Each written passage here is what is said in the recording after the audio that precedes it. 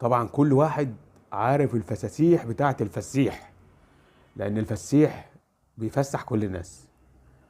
فالفساسيح في التفاسح، فالتفاسح لما تمشي مع بعضيها فتطلع تفسوحة تفسوحة، تاكل معاها شاي ولبن، كوباية طبعا.